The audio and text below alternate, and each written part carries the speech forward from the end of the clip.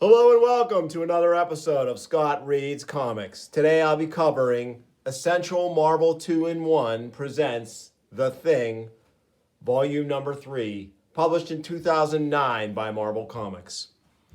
It's been a long time coming for me to actually cover an Essential edition from Marvel. This was a format that no longer exists. All of these Essentials, if you see them in the wild, are out of print. Many of them you can find in secondhand shops, comic shops, places like that for cheap. So if you do come across one and if you're even a little bit interested in it, grab it because you're never going to see them again in print.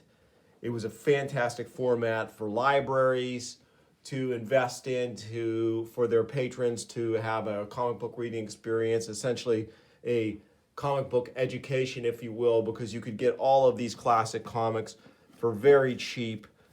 And what a bargain this format was when it came out. Now, obviously, it's black and white. We're going to see that as we delve in.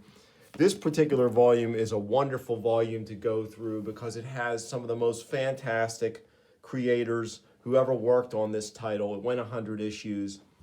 This covers issues 53 to 77 and annuals 4 and 5. Look at some of the names: Grunwald, Macchio, DeFalco, John Byrne, George Perez, Jerry Bingham, Ron Wilson. Gene Day is in here as well. Lots of incredible Bronze Age Marvel talent on display in this volume. So let's dive in.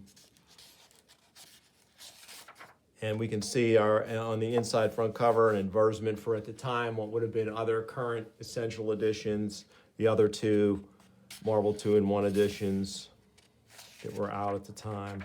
And unlike Epic Collections, these were published, I think, in order. So it was a little easier to grab them as they came out and have sort of a continuous continuity going. So here we have our detailed table of contents, which is great. It shows all of the creative individuals involved in each issue. Here are our reprint credits.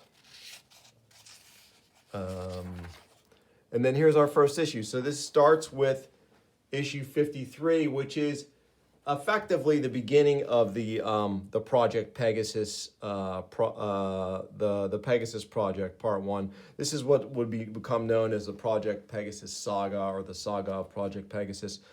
And we have a Grunwald Macchio story, Byrne Sinnott art, and Diana Albert's letters, Bob Sharon colors, Roger Stern editor, Jim Shooter consultant. So, Thing. Of course, the whole conceit of Marvel 2-in-1 is the Thing has a guest star in every issue. You can really see Sinnott's effect on Byrne's pencils here. I like it. Some people don't. He really slicks everything up. It's definitely a unique stamp that he puts on every artist that he works on. And he's one of those inkers like Tom Palmer where you kind of always know it's Joe Sinnott. He was the same way with Kirby. Such a pro. And of course, we get Thundra appearing in the Project Pegasus Saga. And she'll be all through these pages in follow-up stories too. Here and there, she crops up. One of my favorite Marvel characters. Definitely one of my favorite Marvel female characters. Super strong, can lift press 60 tons, resistant to injury, from another dimension.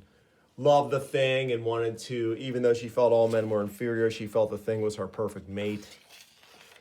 So here we have Thing at Project Pegasus Saga. He's checking in on his old friend Wundar, who's in a catatonic state. And he, of course, crosses paths with Quasar, who is in head of security at Project Pegasus. And then, of course, Deathlock is going to show up in the next issue. So the next issue is Marvel 2-in-1, The Thing, and Deathlock. Really here, though, he's not teaming up with Deathlock. Deathlock is nothing more than a brutal assassin at this point. In terms of his level of consciousness. And they go at it here. He actually manages to injure the Thing. Great panel here with him kicking the Thing to break the Thing's grip. John Byrne's Thing is just phenomenal. Few artists can draw him as well as John Byrne. I would put Ron Wilson up there. Of course, Jack Kirby. Maybe a few others I'm not thinking of right now. I guess Rich Buckler drew a really nice Thing too. So Deathlock is here to do some kind of nasty business. Quasar and the Thing are going to try to stop him. And yeah, earlier in the story, he actually injured the Thing by penetrating his armor with a laser blast. So the rest of the story, the Thing is going to be a little bit impaired. Here we have Thundra meeting up with, this is the first appearance, I believe, of the Grapplers, those cool lady wrestlers. And of course, one of the Grapplers, Screaming Mimi, would go on to become Songbird of the Thunderbolts. So she would have a really incredible Marvel career as a character. Titania here, the Titania 1, not the one from Secret Wars. And then we have love John Byrne's rendition here of Nucleo, Byrne and Sinon, really gorgeous. And then we have our third issue of Byrne, Sinnot, and it's Marvel 2-in-1, The Thing and Giant Man. So now we have Giant Man Bill Foster, which is really cool. At this point, he's in semi-retirement, but he's still calling himself Black Goliath. So awesome here. So Bill Foster reveals to the Thing that he is Black Goliath, and the Thing suggests that he take on the name of Giant Man. Great recap here. I love seeing Byrne draw the old Avengers whenever and his rendition of Black Goliath from Champions was awesome, so it's great to see it again here. So the newly christened Giant Man and Thing are together in Project Pegasus. Nucleo is loose. Meanwhile, we switch to Thundra and the Grapplers again. Confrontation with Nucleo back at Project Pegasus. And Giant Man, super eager to please himself, wades right into the childlike Nucleo, who's incredibly powerful. These are some great fight sequences here. Totally awesome. I love newsprint too. I just love the feel, the sound of newsprint. So if you're a newsprint nut like I am, any of these collections will be great for that. There's a tactile pleasure to looking at one of these things. Another great pick here of a panel here of John Byrne just drawing stuff, just drawing really cool characters. Tiger Shark, Ms. Marvel, these Project Pegasus operatives here. That's Wundor. He's in agonized state here. Oh, there's Man Thing from that. I believe I covered those Marvel 2-in-1 issues that sort of worked as the setup to the Project Pegasus saga. They were, I think, 42 and 43. One of them was a Byrne issue, one was Sal Buscema. So now we move on. Byrne is doing our covers, and the interiors are even more gorgeous with George Perez and Gene Day as our artists. And look at this splash page. This is incredible. Just the detail here of Thundra and the Grapplers as they're going to infiltrate Project Pegasus and do some dirty business there. So Thundra's having a reverie here, reflecting on how she got to this point, working with these gals. Now they're going to go off and do their own thing, and Thundra's like, oh, what's going on here? Who have I got myself involved with? Thing still upset over, if he's not torturing himself over his relationship with Alicia Masters, he's torturing himself over what happened with Wundar in this volume. There's a lot of, the Thing is very much into self-flagellation here. He can never seem to be happy. Here we get some fantastic fight sequences coming up between Thundra and Thing, Giant Man and Quasar, and the Grapplers. Look at this. They're cleaning up from the mess from last issue from Nucleo's escape. Just what a storyteller George Perez was. Just fantastic. His ability to draw just about anything. He can fit the detail in no matter what the script requires. There's Titania, the old double kick to Quasar. Quasar is so driven, doesn't want to fail in spite of everything. Powers through the hallucinogenic effects of Screaming Mimi in this incredible sequence. Look how Perez twists these figures to show his hallucinatory state. It's just, this is next level page design here. So great. The bonds of madness burst. Quasar is consumed with an intensity of purpose beyond anything he has ever experienced, an intensity which finds release in blossoming waves of quasi-stellar energy that stun the pair, dropping them in their tracks. Macchio and Grunwald, the love is on the page in this script. It's as clear in the script as it is in the art. This is just fantastic stuff. The fight with Giant Man and these two grapplers, Pound Cakes and Letha, is totally awesome. And again, he rises to the occasion. Come on, make a wish, and we'll see who can yank an arm out of a socket first. Gotcha. Arms are going to go any second. Only one chance left. Got to force them up. Wham! And he knocks them out. Totally great. And then the piece de resistance is the fight between the Thing and Thundra. Essentially a one-arm sort of gimpy Thing and Thundra fighting it out here to a standstill and without conclusion as Quasar and Giant Man show up with her cohorts in tow, captive. And here we have Felix Leitner, the real villain of the piece. He'll be coming up in the next issue, the conclusion. I believe this is the conclusion, yeah. So we're going to get Thing in Wondar, because in his transformed state, he's going to become someone else by the end. And we get, once again, our awesome art by George Perez and Gene Day. I love how the credits are sort of melded in with this control room here. And we get a great sequence of them playing poker. Look at this. This is incredible.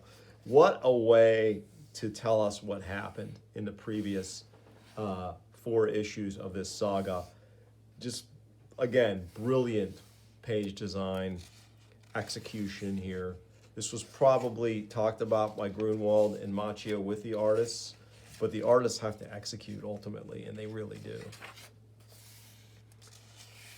So, Solar, he's going to try to escape. There's a lot of superhumans held captive here at Project Pegasus because they want to study their energy abilities. There's Electro, really awesome. Quick cameo by him. Solar frees Claw, which is great. So we're going to have multiple villains to deal with in this issue.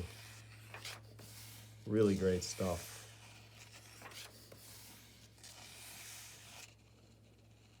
Totally. There's Claw, an old FF villain, back from the first appearance of Black Panther, which I covered in the Mighty Marvel Masterworks Black Panther Volume 1, which you can search for on YouTube on my channel. Good coverage of that. Full color reprint edition. So this is the final issue. I was mistaken. So it was Thing in Wondar, now it's Thing in the Aquarian. So Wondar transforms into the Aquarian by the end of this issue. And we again have our same creative crew, Perez and Day on art, Grunwald Macchio story. Costanza letters, Carl Gafford colors, although it's irrelevant here. So we have this transformation from Wondar into the Aquarian, and we get the whole details here. So, but we have a problem because Leitner has become the nth man. This guy who's basically an embodiment of entropy. And even Thunder's going to get involved here.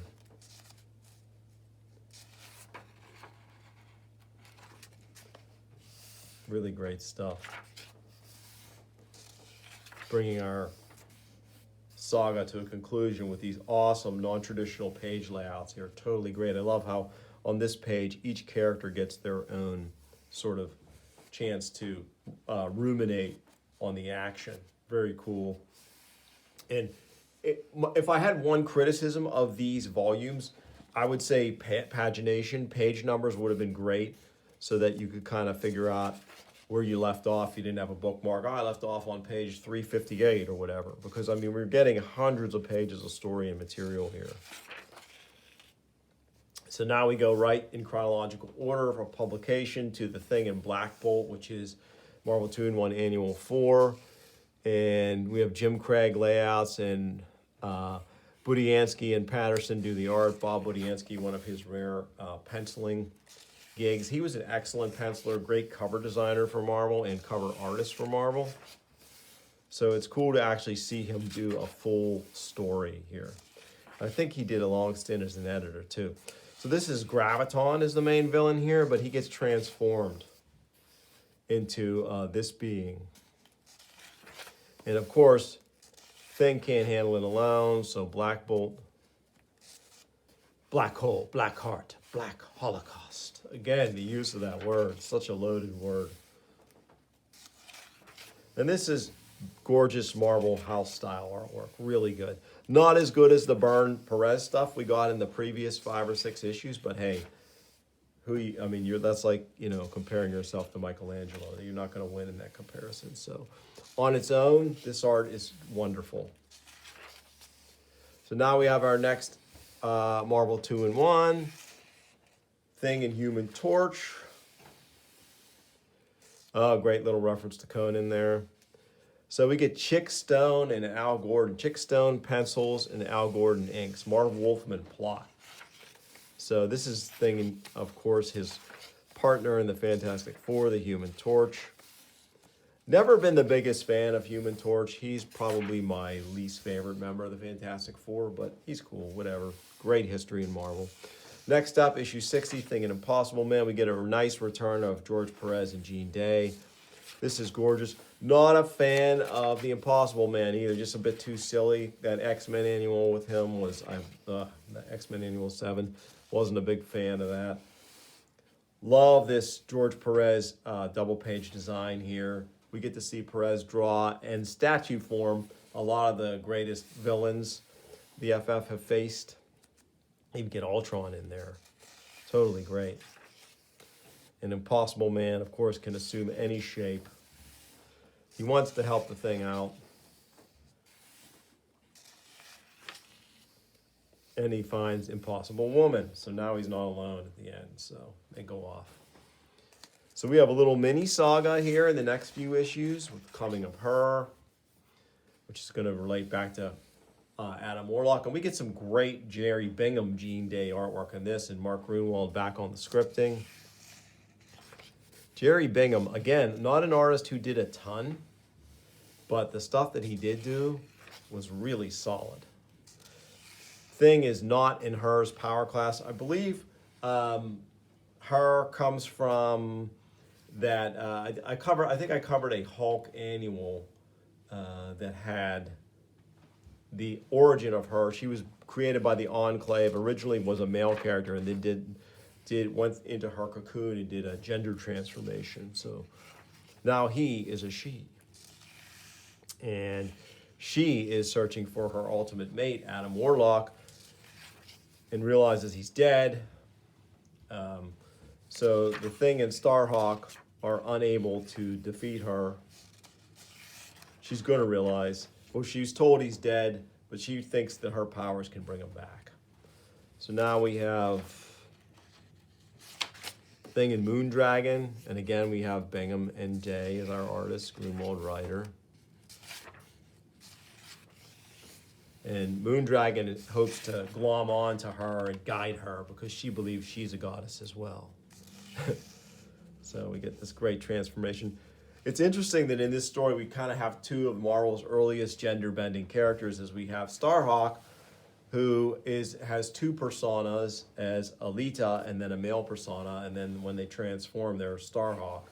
And then we have her, who was once a male sort of second version of Warlock, now become a woman. Interesting stuff. And of course, the ongoing pathos of the relationship between the Thing and Alicia Masters. I'm not going to spend any time on this. Is a regrettable panel here with me. I mean, Moondragon is a jerk, but I don't know if she really deserves to be spanked. It's a little strange. Product of its time, I guess. So yeah, we get a great Jerry Bingham, Adam Warlock. So now, Marvel 2 in 163, The Thing and Warlock, ? We shall see. So, again, our same team, Jerry Bingham and Jean Day. So they're going to go to Counter Earth, where Warlock is buried. We're going to counter the High Evolutionary, this crazy alien. I love this bit of dialogue, or this thought balloon from The Thing. Oh, Evie blew up to 20 feet tall, just like that. Guess he's not going to be outclassed. Great panel here. I love panels that show scale differences in characters, and this is another nice one.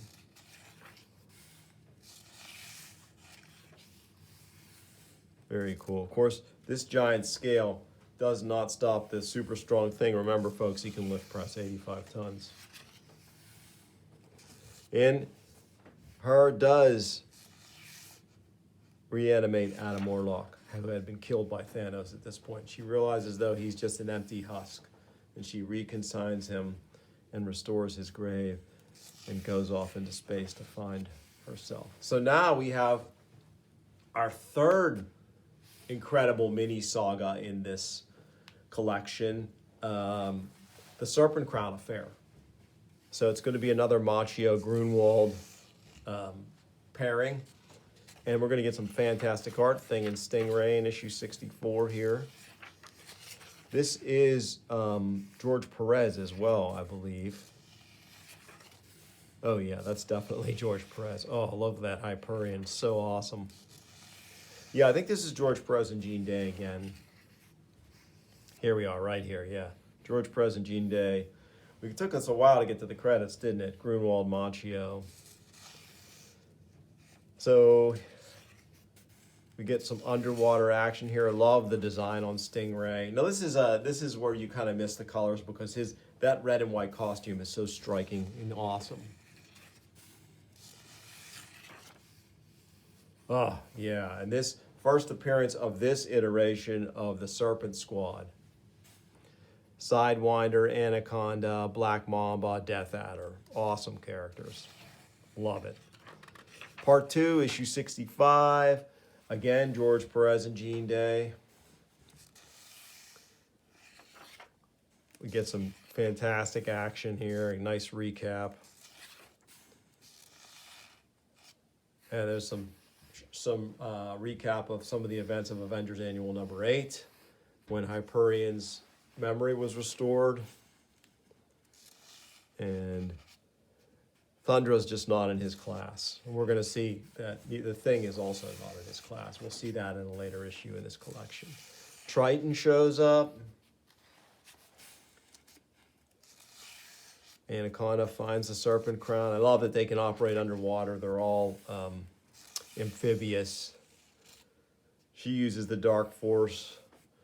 She'll later become a founding member of the Serpent Society, as will Anaconda, as of course will all 4 of these members become founding members of the Serpent Society, showing up in Captain America's title, also written by Grunwald. Next issue, A Congress of Crowns. So we have Thing and Scarlet Witch in 66. And here, George Perez has departed, but we get a fantastic replacement, Jerry Bingham and Gene Day. So Gene Day stays on as the inker, and the art does not suffer too much. No one, of course, is George Perez, but this crew does a great job. And there's the Serpent Crown on the head of Hugh Jones, head of Roxxon Oil, I believe. Marvel's, I guess, version of Exxon. And again, look at this inspired page design. Totally great. The storytelling in these is second to none. Oh, nice effect there with the vampiric teeth on him, the effect the crown has on him. Startling.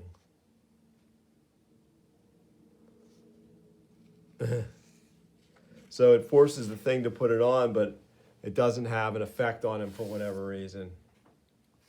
I felt a tingle like it was trying to get me under control, but for a second something interfered, gave me a chance to get free. It was Jones, Grim. The part of him that was one with the crown fought you, not wanting to relinquish the power to one he felt was unworthy. So Scarlet Witch provides the details there. So they put an end to that crisis. Now 67, Thing versus Hyperion. And we're going to get, I think, some Ron Wilson here. Yeah, Ron Wilson, Gene Day, and Friends, inkers. Same writing team. And Bill Foster brooding a bit here. The project has on tap the country's finest biochemists, physicists, and radiologists. Yet not one of them has even come close to finding a cure for my radiation poisoning. So this is where we reveal that Foster is suffering from a fatal radiation poisoning, and that's going to play out later on in the series as the Thing endeavors to help him. This guy promises he'll get Thundra back to her own dimension. Hyperion has his own agenda. Oh, I love this panel here. It's so great. Again, Hyperion is basically Marvel's version of Superman, one of them anyway. And Thing cannot hang. I don't know who this creep is, but he packs a wallop like Thor. A little blast of air should put him on the right course, though. You got a real case of bad breath, Hype. So I'm going to let you gurgle on some of these clean burning motors. Ought to do wonders for your love life. But the Thing is just outclassed here. And the sad part about this is he's separated from Alicia at this point. He has a second to decide if he's going to go with Thundra into another dimension because, again, she's always loved him, and he decides not to. And in the end, he's left alone again. And this comic, which I don't know if I've covered on the show. Forgive me if I haven't. I should, but I think I may have. This is one of the first comics I bought off the rack as a kid. It's very special to me. The actual comic I bought off the rack had pages printed out of order, though. Ron Wilson and Jean Day again. Thing and Angel, number 68. Yeah, I did cover this on the show, so you can search for that. Get my hasty bookmark out of there. Now we have not just Thing and Starhawk, but Thing and the full Guardians of the Galaxy here. So Charlie 27, Martin X, and Yondu. And we get Ron Wilson and Jean Day. Again, it's quite a pairing here. And we still have Macchio and Grunwald on the story. I'm going to start moving a little faster here, folks. There's a lot of ground to cover. I always loved Charlie 27. Really cool to see him matched up in a wrestling match here with the Thing. I always thought they got his strength wrong in the official handbook. I think they only have him at 5 tons in the deluxe edition, which is ridiculous. Should be much stronger than that.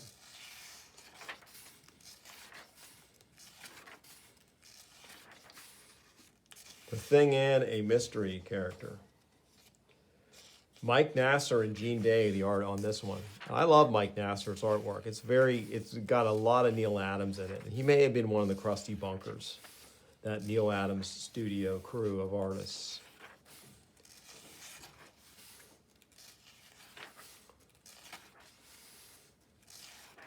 Fun artwork. Thing and Mr. Fantastic. So here is a cool story where they get involved trying to cure the amphibians, the group of scientists who were transformed into amphibians by, I believe, Dr. Dorcas. So pretty cool stuff. It was a version of the Terrigen Mist that did it. So here Reed Richards actually uses his scientific know-how to help them. But I think we get the first appearance of Maelstrom and his minions. Really cool. And we get some cool Inhuman action as well. And there is Maelstrom. Always loved Maelstrom, great villain. So now we get Ron Wilson and Chick Stone on the art on the second installment of this story. Blackout, that cool villain who basically kills the cloned servants of Maelstrom, and then he just makes more. Maelstrom, I think, is a cross between a deviant and an Inhuman, I believe. Check that. But great Kirby crackle here on this confrontation with Black Bolt. Awesome stuff.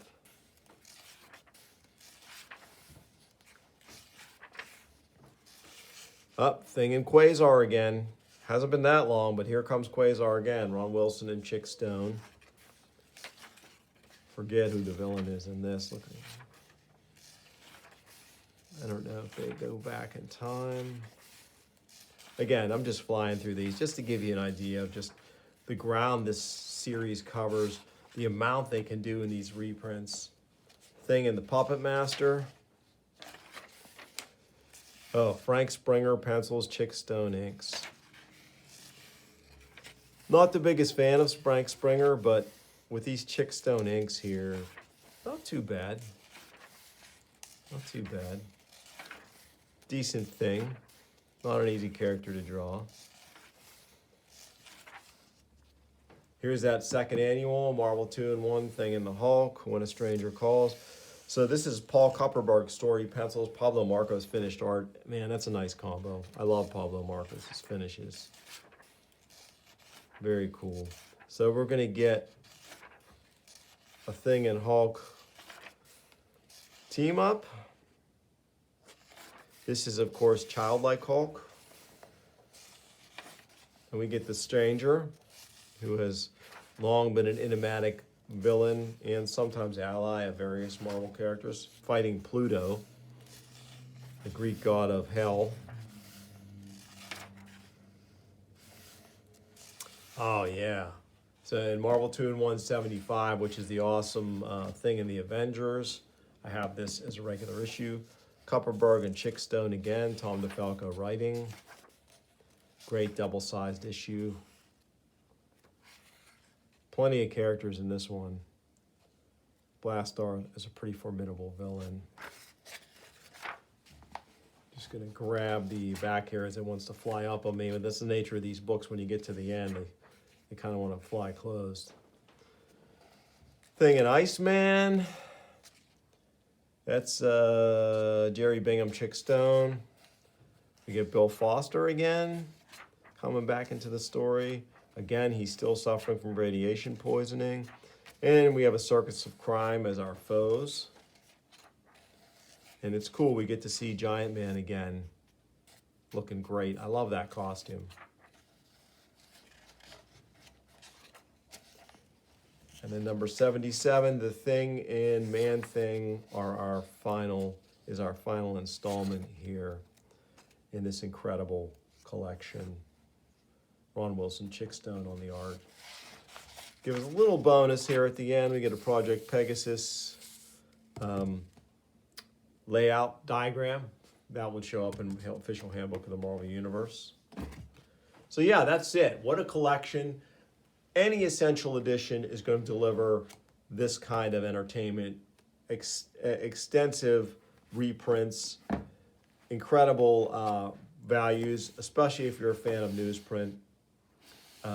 Yeah, if you come across them, grab them because they're long out of print and they're not coming back. I don't think we'll see this format ever again. Well, that's it for this one. If you liked it, please like and subscribe. Tell your friends, and I'll bring you more soon on Scott Reads Comics. Thanks for watching.